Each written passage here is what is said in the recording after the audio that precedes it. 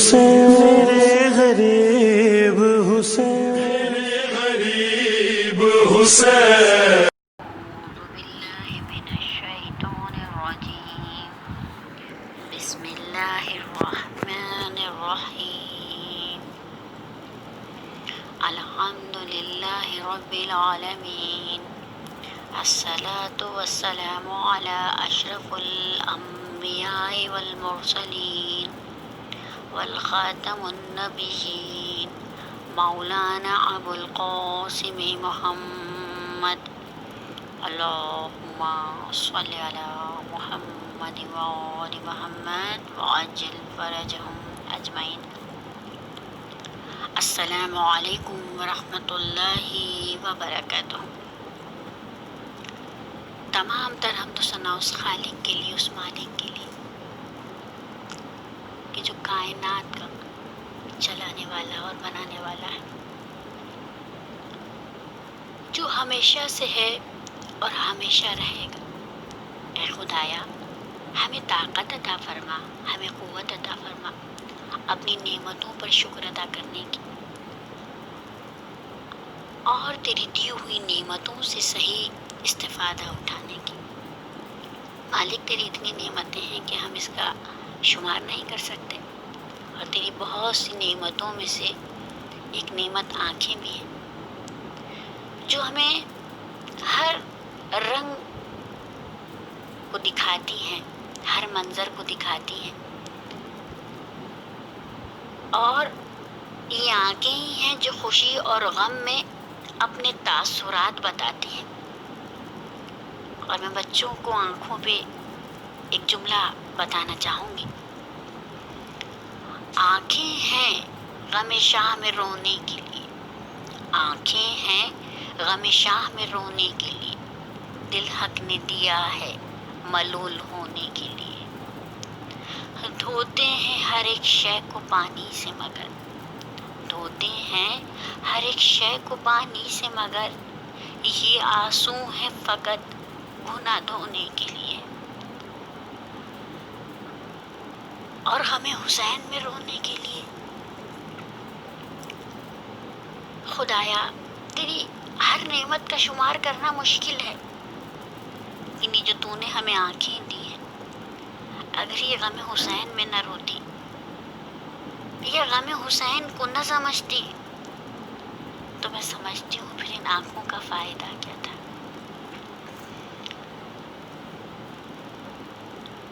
جس طرح ہم لوگوں نے پہلی گفتگو میں دیکھا سنا کہ والدین اللہ کی کتنی بڑی نعمت ہے، اتنی بڑی نعمت ہے کہ جس طرح ہم اللہ کی بہت عبادت کر لیں، ساری زندگی عبادت کر لیں، دن و رات عبادت کریں، سوئیں بھی نہیں، کچھ نہ کریں، بس عبادت عبادت عبادت کریں، اور اللہ سے کہیں کیا آپ کا حق ادا ہوا، تو ہم حق کی ربوبیت اللہ کا حق ادا نہیں کر سکتے۔ اسی طرح سے ہم ساری زندگی اپنے والدین کی اطاعت کریں، ان کے ساتھ غصہ نہ کریں، ان کی باتوں کو سمجھیں، ان کے بتائے ہوئے اچھے راستے پہ چلیں، اور اپنے والدین کی عزت کریں، وہ کہیں پڑھو تو ہم پڑھیں، ان کی بات مانیں ساری زندگی، اور پھر ہم اللہ میں ایسے کہیں کیا ہم نے والدین کا حق ادا کر دیا؟ تو اللہ کہے گا نہیں، جس طرح میرا حق ادا نہیں ہو سکتا، اسی طرح والدین کا حق بھی ادا نہیں ہو سکتا، اور حق کے اہل بیت بھی ادا نہیں ہو سکتا۔ آج میں آپ تمام لوگوں کو دیکھیں، محرم کی آج 2 تاریخ ہے، اور میں بچوں کو بڑوں کو بس ایک وظیفہ کہوں گی، آپ کو روزانہ ایک تسبیح لینی ہے، اور سورہ اخلاص کہو کہ اللہ ایک ہے، قل هو اللہ احد والا سورہ روزانہ 100 دفعہ پورا پڑھنا ہے، اور کسے تحفہ دینا ہے؟ امام حسین کو۔ جب آپ 10 دن تک یہ روزانہ امام حسین کو تحفہ دیں گے تو 11 محرم سے لے کر پورے سال امام حسین بھی آپ کو تحفہ دیں گے، اور امام حسین کے تحفے بڑے نادر ہوتے ہیں۔ بڑے قیمتی ہوتے ہیں، بڑے اچھے ہوتے ہیں اور مختلف ہوتے ہیں، دنیا کے تحفوں کی طرح نہیں ہوتے. دنیا بھی دیتے ہیں مولا، آخرت بھی دیتے ہیں. آپ اور ہم جو ہیں روزانہ بات کر رہے ہیں منتظر امام اور عزاداری. اب بچے تو پوچھیں گے منتظر امام یہ کیسا جملہ ہے؟ منتظر امام زمانہ کا انتظار کرنا وہ تو ہم کرتے ہی ہیں، اور یہ عزاداری سے کیسے مل رہا ہے جملہ؟ ہم امام زمانہ کا انتظار کیسے کر رہے ہیں؟ میں مثال دوں بچوں کو شاید سمجھ میں آئے. میری ایک دوست ہے اور کہنے لگی کہ بھائی میں آپ کو یہاں ملوں گی. میں نے کہا کہاں؟ کہنے لگی یہ جو ہمارے یہاں کوئی بھی ایسی جگہ جسے ہم چورنگی کہہ سکتے ہیں یا سگنلس کی بہت مشہور جگہ پہ کہا کہیں گی وہاں انتظار کروں گی. اب میں نے کہا کوئی مسئلہ نہیں ہے، آ جائیے گا. اب تو اب دیکھیے میں وقت کی پابند ہوں. کہیں گے ہاں میں آپ سے پہلے پہنچوں گی، آپ آ جائیے. جب میں وہاں گئی تو دیکھا وہ تو آئی نہیں. میں اپنے وعدے پہ وہاں پہنچ گئی، لیکن میں نے دیکھا کہ وہاں پر خوب رونق ہے، بازار ہیں، لوگ آ رہے ہیں جا رہے ہیں. میں کھڑی رہی. مجھے پتہ ہی نہیں چلا کتنی دیر گزر گئی اور مجھے یاد ہی نہیں رہا میں تو کسی کا انتظار کر رہی ہوں. میں تو سارے منظر دیکھتی رہی. اسی میں میری دوست آئے آ کے بہت معذرت کرنے لگی، کہیں گی بہت معذرت مجھے دیر ہو گئی. میں نے کہا نہیں کوئی بات نہیں، مجھے تو پتہ ہی نہیں چلا. ایسی ہی تھی وہی بھائی، ایسی ہیں وہ بعض سے دوست ایسے ہی ہوتے، اپنے وقت کی پابندی نہیں کرتے.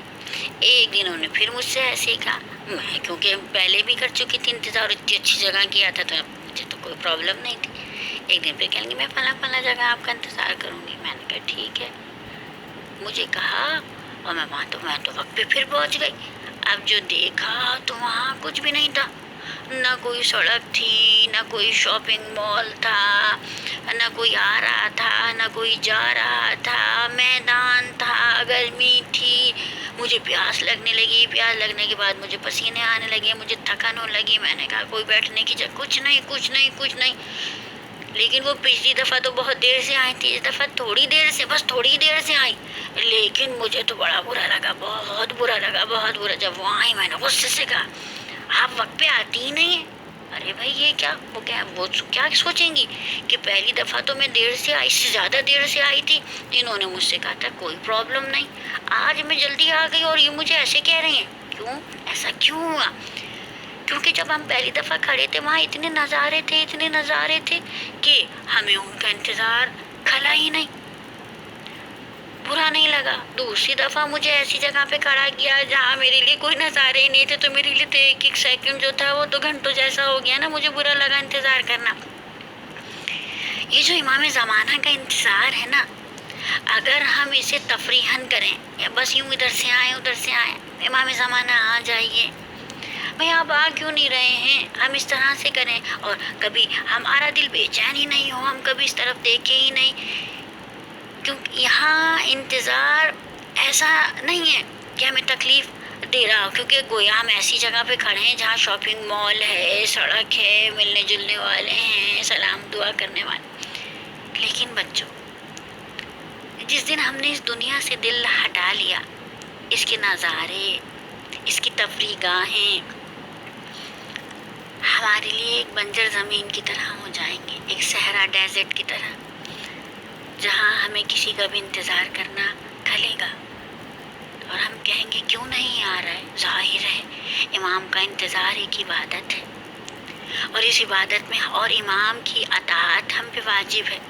جس وقت بھی امام آئیں گے ہم امام سے یہ نہیں کہیں گے آپ کے آنے میں دیر کیوں لگی، میں کب سے انتظار کر رہی تھی.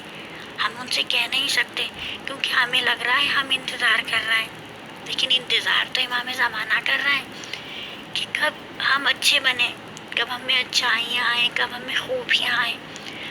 تو امام کا ظہور بے شک ابھی تھوڑی دیر ہو اس میں، پر امام اپنے چاہنے والوں سے جاتے ہیں. اکیلا ہی ہوگا پر امام مجھ سے ملنے آ جائیں گے. امام کہیں گے تم نے خود کو اس قابل بنا لیا کہ میں تم سے ملنے آتا. آج میں آپ سے ایک بہت اہم بات کرنے والی ہوں منتظر امام سے، بہت، اور آج سے ہم عزادار بھی ہیں. بہت اہم بات، سورہ یونس کی آیت نمبر 35. سورہ یونس آیت نمبر 35.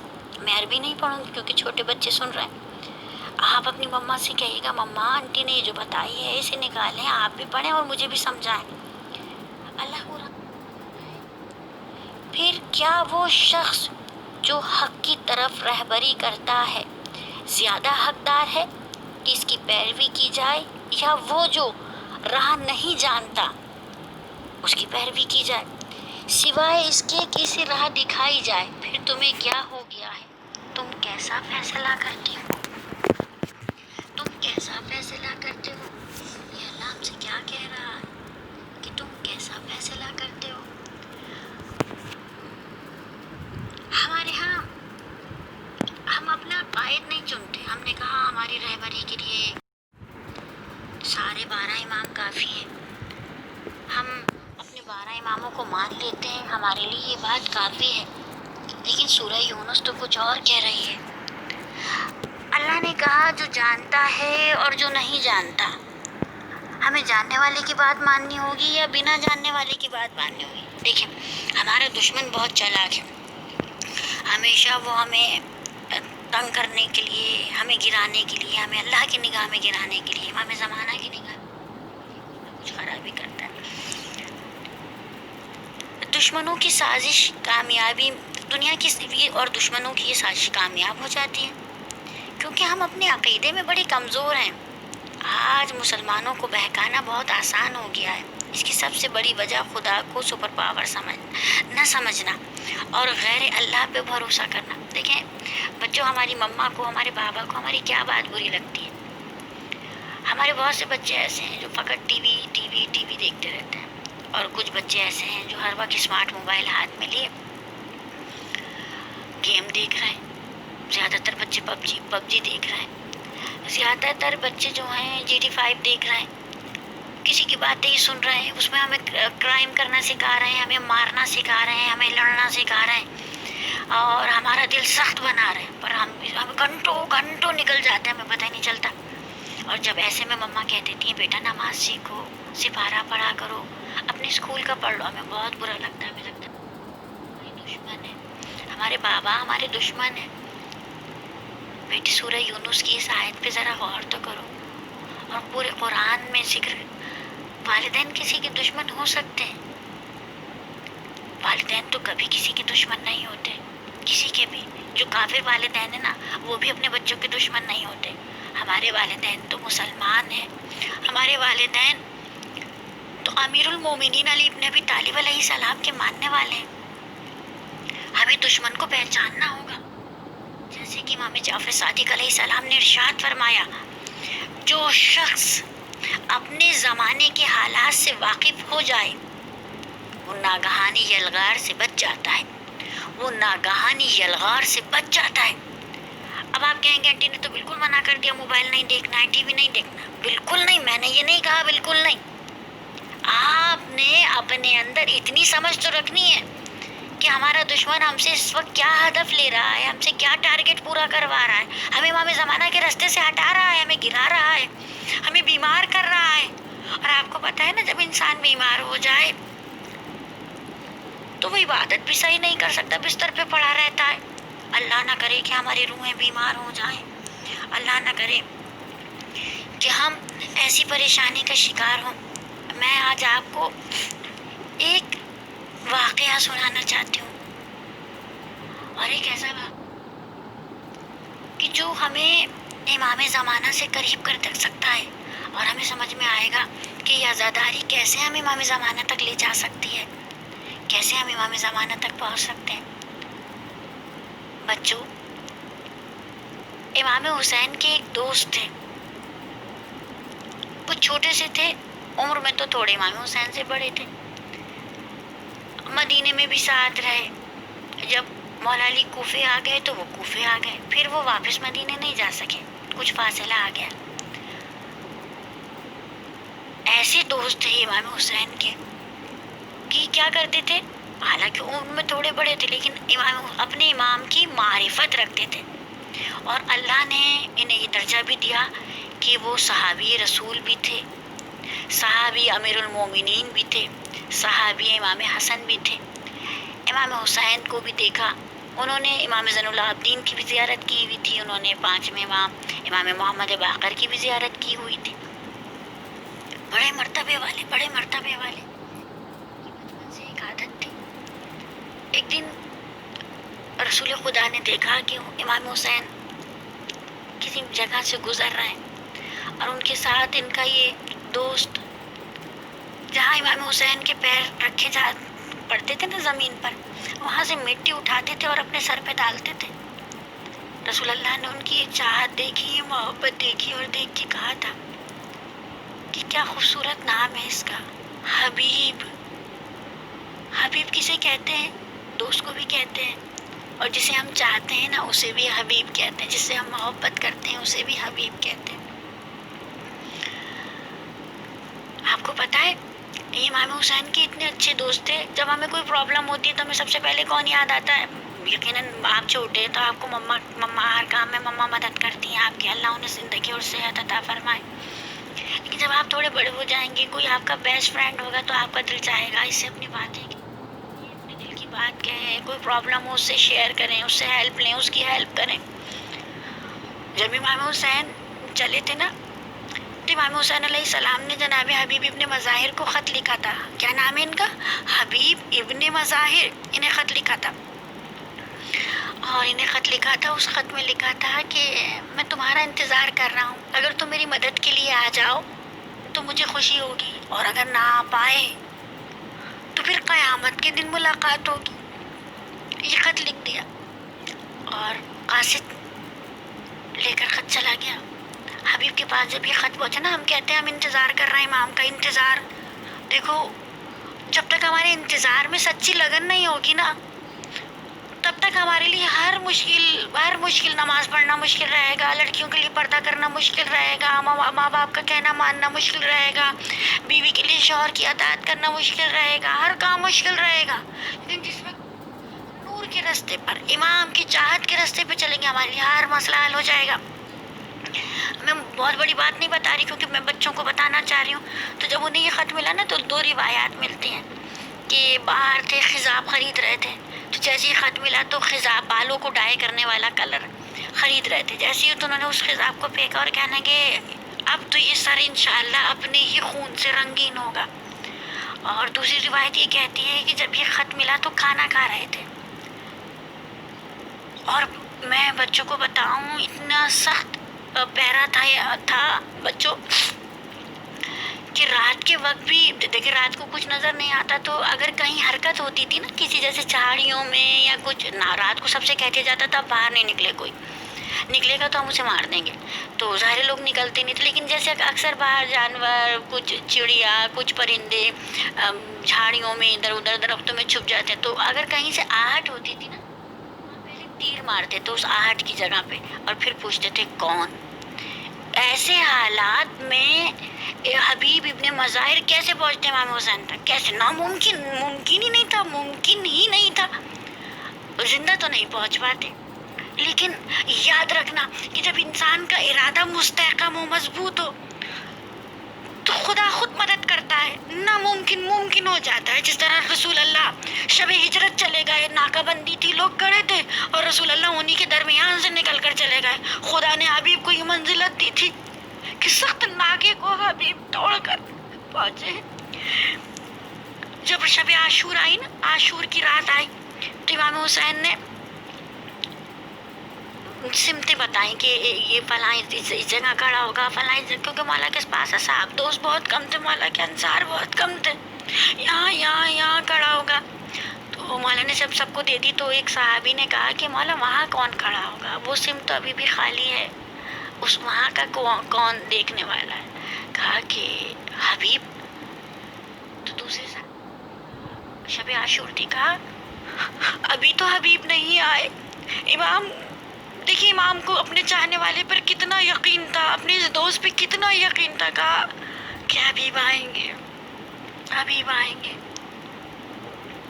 کچھ ہی دیر گزری کہ ایک طرف سے مٹی تھی نا، ہر طرف مٹی، تو مٹی کا غول تھا. ایسا لگ رہا تھا کوئی گھوڑے کو تیزی سے دوڑاتا ہوا، بنا روکے تیزی سے چلا آتا ہے.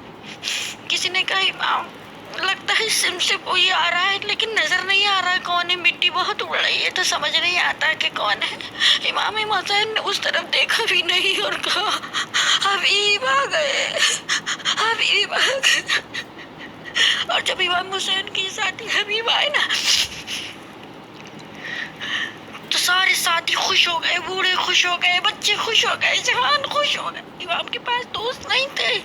ایسے میں کوئی جب آیا تو ایک سب نے زور سے اللہ اکبر، اللہ اکبر تکبیر کہی. اتنی زور اور پرجوش تکبیر تھی کہ جناب زینب جو خیمے کے اندر تھی نا وہ سوچنے لگی کہ ایک دم سے تکبیر کہی ہے، کہیں جنگ ابھی تو نہیں ہو گئی، رات کو جنگ تو نہیں ہو گئی. انہوں نے اپنی کنیز فضا سے کہا فضا جاؤ دیکھو یہ تکبیر کیوں کہتے ہیں، اتنا جوش کیوں ہے. جب فضا گئی تو دیکھا کہ حبیب گھوڑے سے اتر رہے تھے، امام حسین اپنے ہاتھوں کو پھیلائے ہوئے تھے. خدا ہمارے وقت کے امام کے ظہور میں تاجل فرمائے. ہمیں بھی اچھا ایسا ہی اپنے امام کی مدد کرنے میں نصرت کرنے والوں میں شامل فرما. حبیب کے ہاتھ امام حسین کھولے ہوئے تھے اور حبیب دوڑ کے میرے مولا کی طرف آئے، چاہتے تھے سینے سے لگے لیکن تعظیم مقام تعظیم یہ تھا کہ حبیب پیروں کی طرف جھکے کہ پھر سے خاک اٹھاؤں اور اپنے سر پہ ڈالوں. امام حسین نے جھک کر حبیب کو بلند کیا اور سینے سے لگا لیا اور کہا حبیب مجھے یقین تھا تم ضرور آؤ گے. ادھر فضا نے آ کے جب جناب زینب سے کہا نا بی بی امام حسین کے بچپن کے دوست حبیب آ گئے، بس اتنا سنا بی بی زینب بہت خوش ہوئی. اور بی بی زینب نے کہا جاؤ فضا امام حسین کے اس دوست کو میرا سلام کہہ دو اور کہو اے حبیب تجھ پر سلام، تو اس غربت کے وقت میں میرے بھائی کی مدد کرنے کو آیا ہے. بس فضا گئی اور کہنے لگی حبیب تجھے مبارک ہو، تجھے زہرا کی بیٹی زینب سلام کہتی ہے.